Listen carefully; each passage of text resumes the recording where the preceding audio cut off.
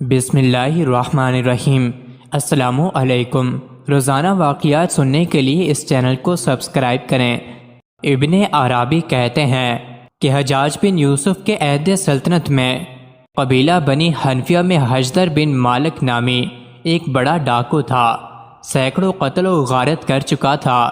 جب اس نے اہل حجر پر ڈاکہ ڈالا تو حجاج بن یوسف کو اس کی اطلاع ہوئی تو حاکم یمامہ کو ڈانٹ کر خط لکھا کہ تو یہ کیا کر رہا ہے، اب تک اس کا انتظام کیوں نہیں کیا، فوراً حجدر کو گرفتار کر کے ہمارے پاس بھیج دو۔ حجاج کے قہر و غضب اور قہرمانی حکومت کے خوف سے لوگ ویسے ہی تھراتے تھے۔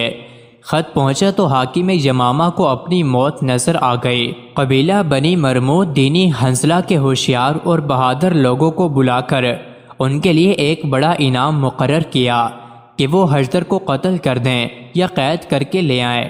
یہ لوگ اس کی تلاش میں نکلے۔ جب اس کے متسخر کے قریب ہوئے تو ان میں سے ایک آدمی کو یہ پیغام دے کر بھیجا کہ ہم لوگ بھی تمہاری جماعت میں شریک ہو کر رہنا چاہتے ہیں۔ حجدر کو ان پر اعتماد ہو گیا اور ساتھ رہنے کی اجازت دے دی۔ یہ سب لوگ حجدر کے ساتھ رہنے لگے، یہاں تک کہ ایک روز موقع پا کر اس کو باندھ لیا اور حاکم یمامہ کے پاس پہنچا دیا۔ حاکم یمامہ نے انہی لوگوں کے ساتھ حجاج کے پاس روانہ کر دیا۔ ان لوگوں کی مسائی بلیغہ کا حال حجاج کو لکھ بھیجا۔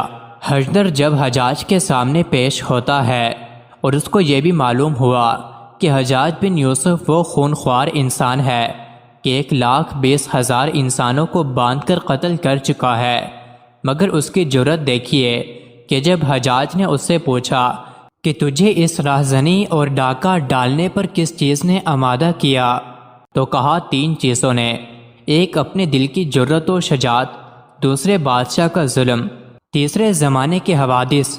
حجاج نے کہا تجھ سے وہ کیا بات سرزد ہوئی ہے جس کی وجہ سے تیری جرأت بڑھی اور سلطان نے تجھ پر ظلم کیا اور زمانے کے حوادث تجھ پر ٹوٹ پڑے؟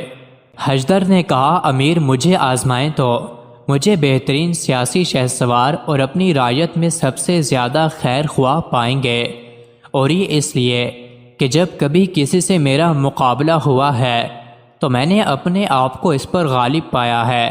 حجاج نے کہا اچھا، ہم تمہیں آزماتے ہیں، اور آزمائش یہ ہے کہ تمہیں ایک میدان میں چھوڑتے ہیں جس میں ایک شیر ہوگا، اگر اس نے تجھے قتل کر دیا تو ہم تیرے قتل کی فکر سے بچے، اور اگر تو نے اسے قتل کر دیا تو ہم تجھے آزاد کر دیں گے۔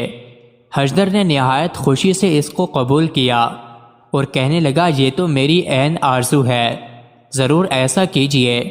حجاج نے کہا صرف یہی نہیں کہ شیر کے مقابلے میں تجھے آزاد چھوڑ دیں، بلکہ صورت یہ ہوگی کہ تیرے پاؤں میں بھاری بھاری بیڑیاں ہوں گی اور دانا ہاتھ گردن میں باندھ دیا جائے گا، صرف بایاں ہاتھ کھلا رہے گا جس میں تلوار دی جائے گی۔ حجدر نے اس کو بھی قبول کیا۔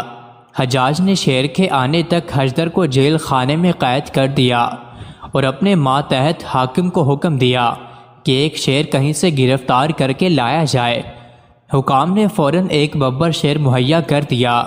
جب شیر آیا تو اس کو ایک محصور میدان میں چھوڑ دیا اور 3 دن تک اس کو بھوکا رکھا گیا۔ اس کے بعد حجدر کے پاؤں بیڑیوں میں اور داہنا ہاتھ گردن میں باندھ کر لایا گیا، بائیں ہاتھ میں تلوار دے کر شیر کے سامنے چھوڑ دیا گیا۔ حجدر اس کو دیکھ کر ایک رجزیہ ترانہ پڑھنے لگا۔ جب شیر نے اس کو دیکھا تو نہایت زور سے دھاڑا اور انگڑائی لے کر حجدر کی طرف بڑھا۔ جب شیر بالکل قریب آ پہنچا اور ایک نیزے کا فاصلہ رہ گیا تو حجدر نے زور سے جس کے اور اس زور سے شیر پر تلوار کا وار کیا کہ ایک وار میں شیر ختم ہو کر زمین پر گرا، اور ادھر حجدر پیروں کی بیڑیوں کی وجہ سے پیچھے کو جا پڑا۔ حجاج اور اس کے انوان ایک دریچے سے یہ تماشا دیکھ رہے تھے۔